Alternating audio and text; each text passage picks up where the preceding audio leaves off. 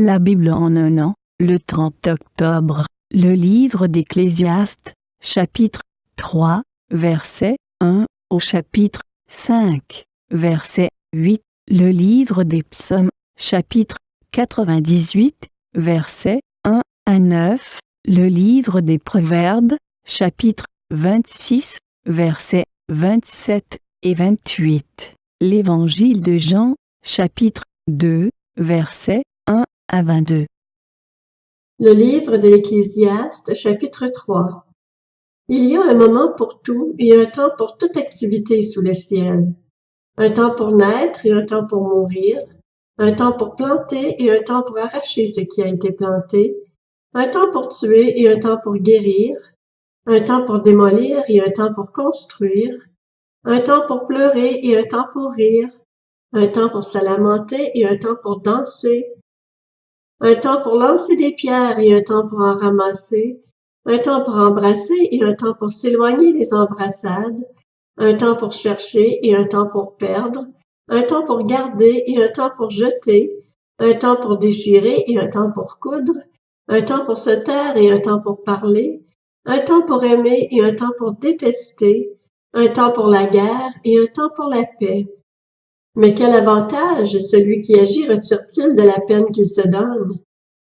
J'ai vu quelle occupation Dieu réserve aux humains. Il fait toutes choses belles au moment voulu. Il a même mis dans leur cœur la pensée de l'éternité, même si l'homme ne peut pas comprendre l'œuvre que Dieu accomplit du début à la fin.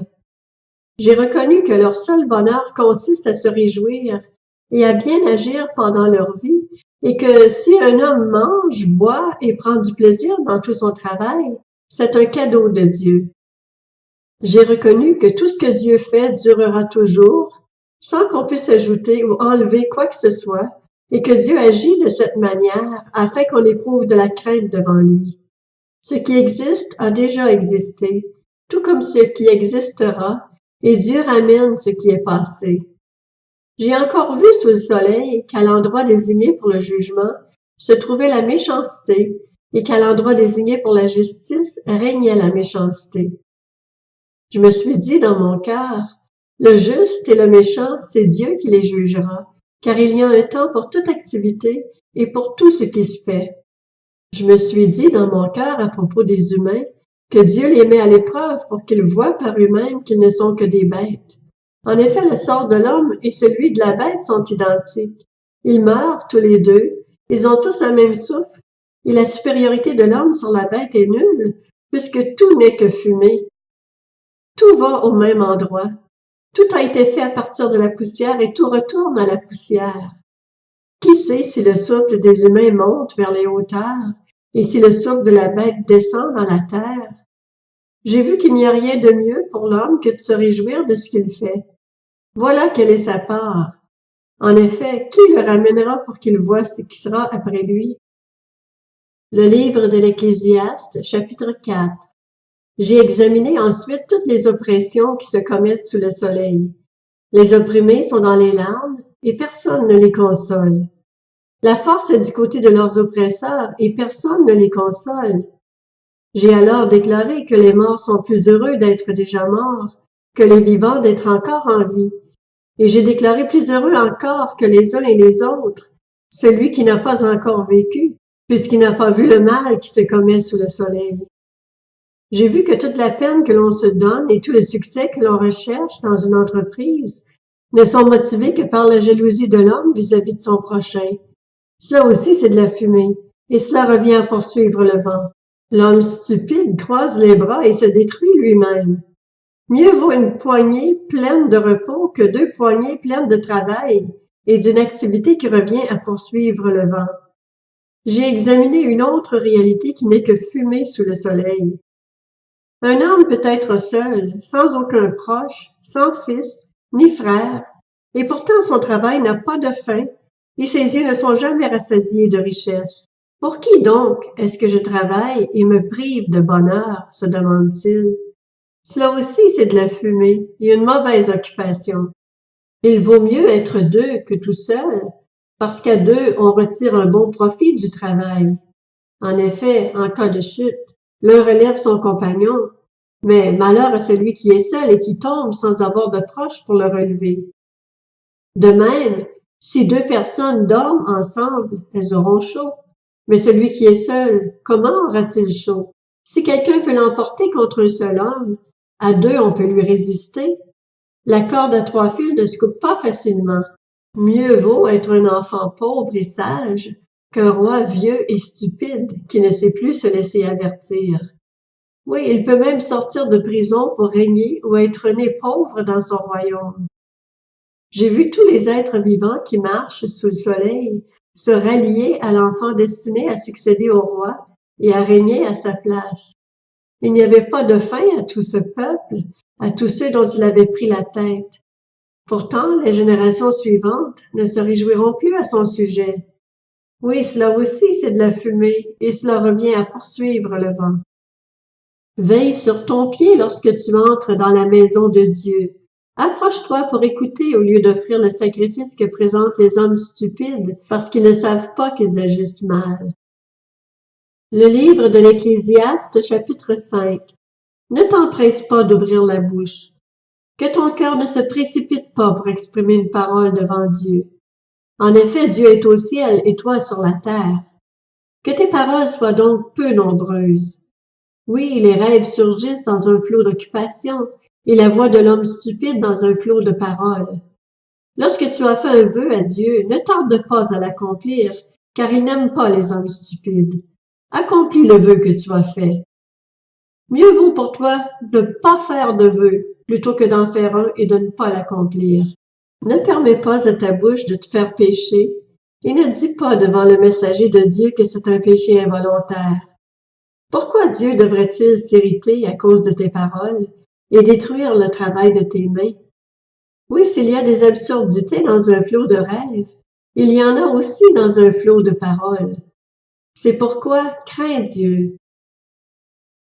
Si tu vois dans une province le pauvre opprimé, le droit et la justice violés, ne t'en étonne pas, car un homme de rang élevé est placé sous la surveillance d'un autre de rang plus élevé, et au-dessus d'eux, il y en a de rang plus élevé encore. Ce qui représente un avantage pour le pays à tout point de vue, c'est un roi qui favorise la culture de la terre. Le livre des Psaumes, chapitre 98. Psaume. Chantez en l'honneur de l'Éternel un cantique nouveau, car il a fait des merveilles. Sa main droite et son bras saint lui ont assuré la victoire. L'Éternel a fait connaître son salut, il a révélé sa justice sous les yeux des nations. Il s'est souvenu de sa bonté et de sa fidélité envers la communauté d'Israël. Jusqu'aux extrémités de la terre, on a vu le salut de notre Dieu. Poussez des cris de joie en l'honneur de l'Éternel, habitant de toute la terre. Faites éclater votre allégresse et chantez. Chantez en l'honneur de l'Éternel avec la harpe, au son de tous les instruments, au son des trompettes et du cor. Poussez des cris de joie en présence du roi, de l'Éternel. Que la mer retentisse avec tout ce qu'elle contient, le monde et ceux qui l'habitent. Que les fleuves battent des mains, qu'avec eux les montagnes poussent des cris de joie devant l'Éternel, car il vient pour juger la terre. Il jugera le monde avec justice et les peuples avec droiture. Le livre des Proverbes, chapitre 26. Celui qui creuse une fosse y tombera, et la pierre reviendra sur celui qui la roule. La langue menteuse déteste ceux qu'elle écrase, et la bouche flatteuse provoque la chute.